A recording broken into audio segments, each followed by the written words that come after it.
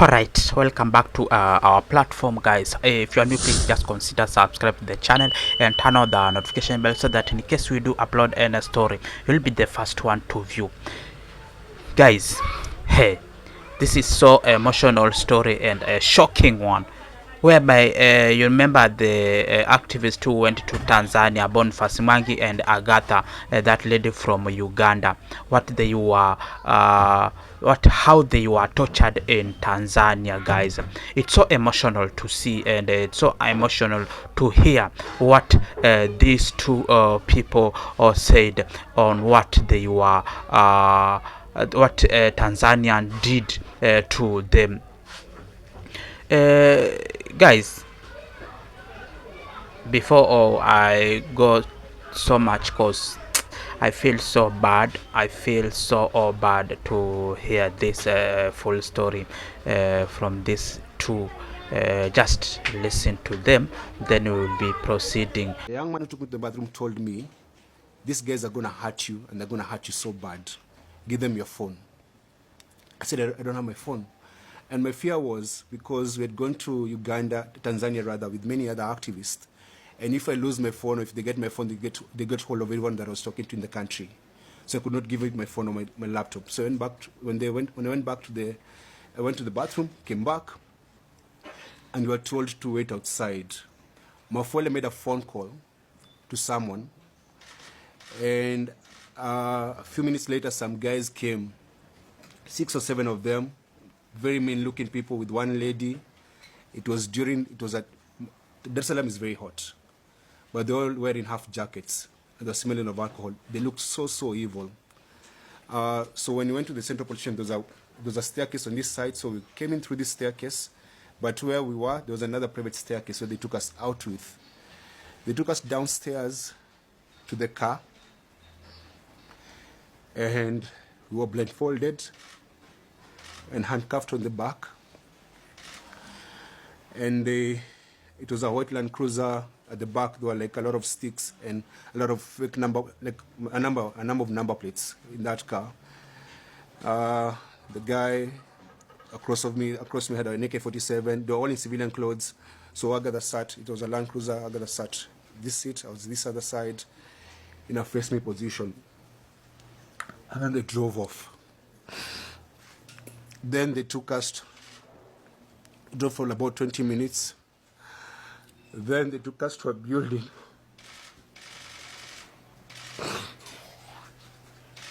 To this place where they went to torture us. When you go there, they told me to get off the car. I came out, and then they banged the door on my face. I had a mark here, I don't know if it's still there. I don't know what they were waiting for. I think they were putting some things ready. They got me out. I was still handcuffed and blindfolded, and they told me to strip naked. And I stripped naked. When I stripped naked, they removed my handcuffs, and then I was grabbed by about 4 men, and they lifted me up so fast. Before they lifted me, actually, they put some gloves on my hands. Then they lifted me up.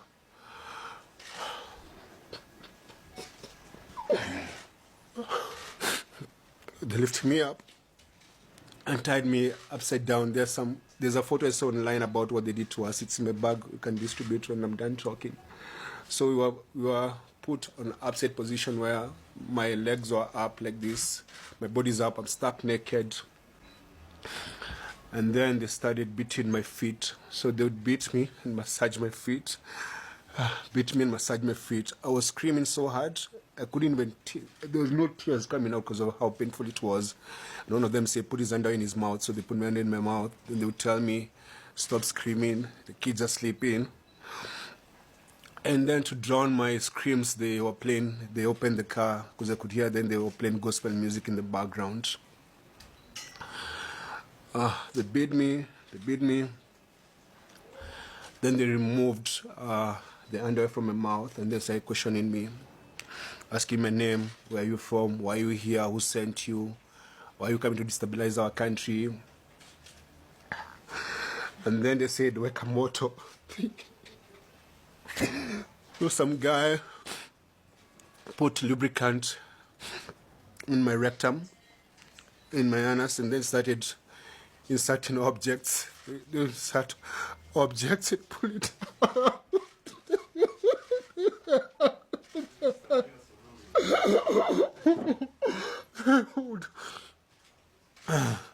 Dude, it's okay.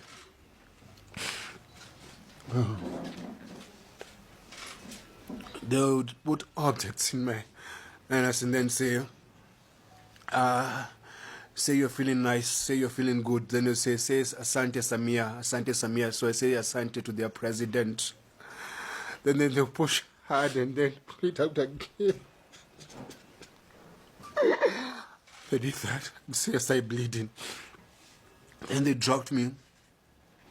Then I'm still blindfolded. They took me to a wall and then told me to face the wall and then squat. Then a man came and was putting his fingers in my anus and then saying that, say you're feeling nice, say you're feeling good, say Asante Samia. And then they would do that. And then they would do that.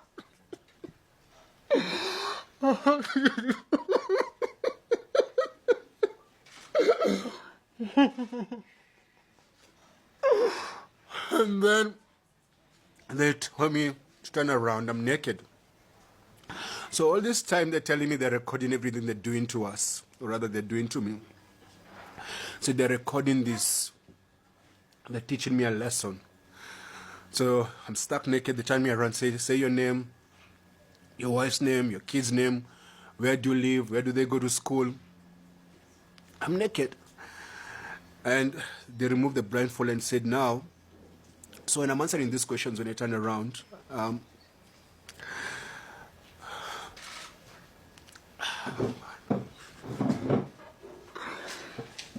when I'm answering these questions, they are just threatening me. So like when they're abusing me, they're saying I should feel good and say thank their president for doing that to me, like Sema Sande Sana, Sande Sana. So they told me we have recorded these videos so that if you go back to your country and you say what we did to you, we shall put them online and shame you, and your kids will see this, your family will see this, everyone will see this. And we are going to sue them in every other avenue. Where we will find justice is where, because the international justice process requires that you first exhaust local avenues, and we have to do that. But like I said, we cannot expect justice from Tanzania, but we want to exhaust all other avenues, regional, the EACJ, which unfortunately also sits in Tanzania. And that also makes you wonder if we'll get justice from that, the African court, and political avenues. If there are sanctions because for me, I have been saying, let's identify these people and put them out there.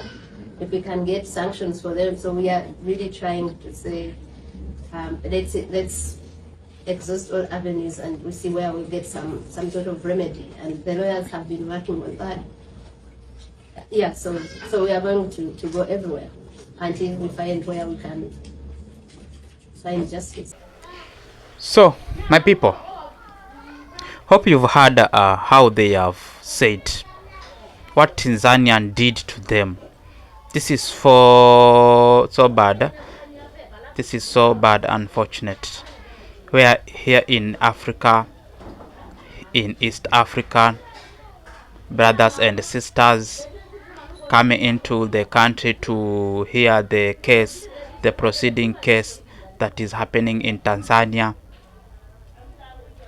and Tanzanians decide to do what they did to them. It's so unfortunate, and we hope that they will get justice. We hope that they will get justice. You remember Gwajima said on people are being abducted in Tanzania, and people are being tortured, and people are being killed in Tanzania. You see, this is the true picture on what is happening in Tanzania. This is the true picture on what is happening in Tanzania. Mama Samia Suluhu is supposed to act on this one.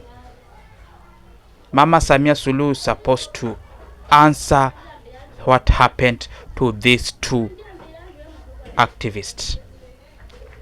It could have been better if they deport them the way they were. They could have just put them into an aeroplane or into a matatu to get back to Kenya and give them a warning. That could have been better, instead of you guys doing these things to your fellow men, to your fellow woman. Samia Suluhu, what your people did to these two activists is not right. Samia Suluhu is supposed to come out and ask for forgiveness. This is more than forgiveness. Supposed to come to ask not only to Kenyans, not only to East African people, but supposed to ask forgiveness to these two people. We hope these people are going to get justice.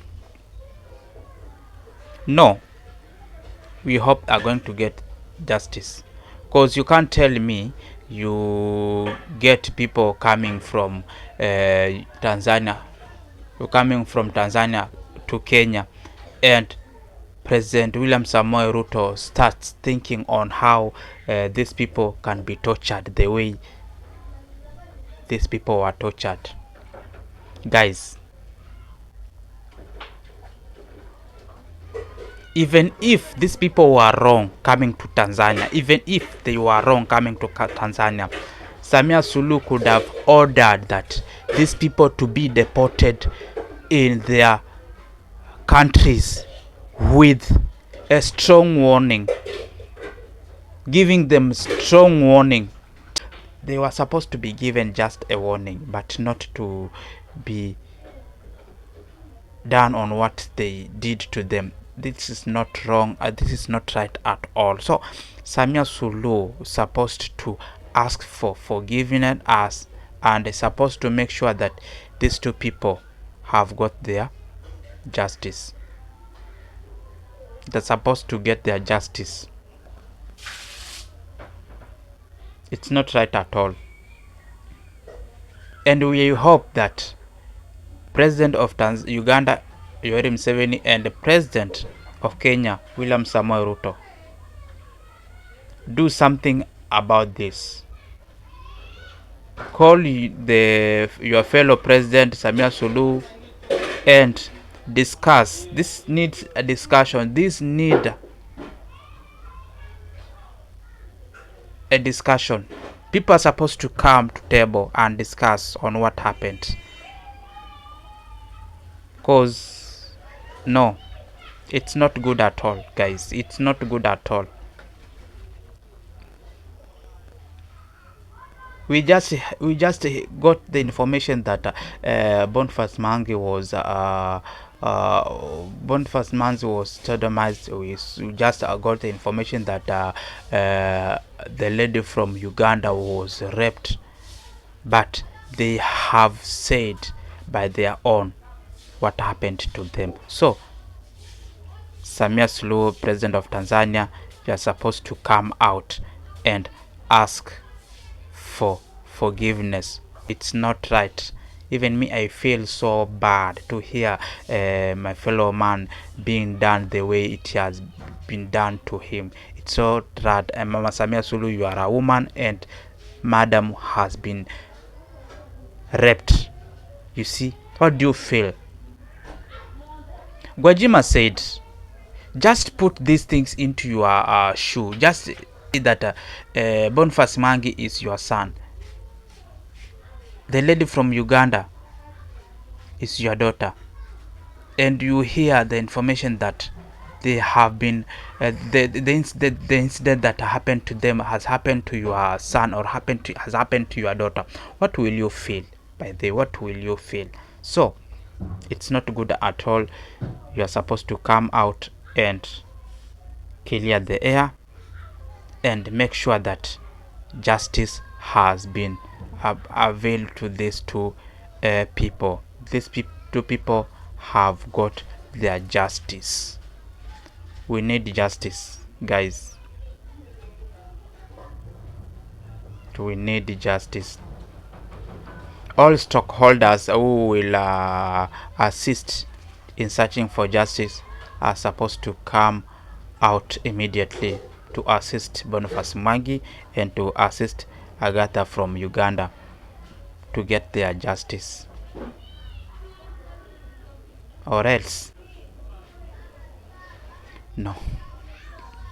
So this is the story that we've got from now, from those activists who went to Tanzania, and that is what happened to them, and it is not right. And guys, let us meet in the next episode.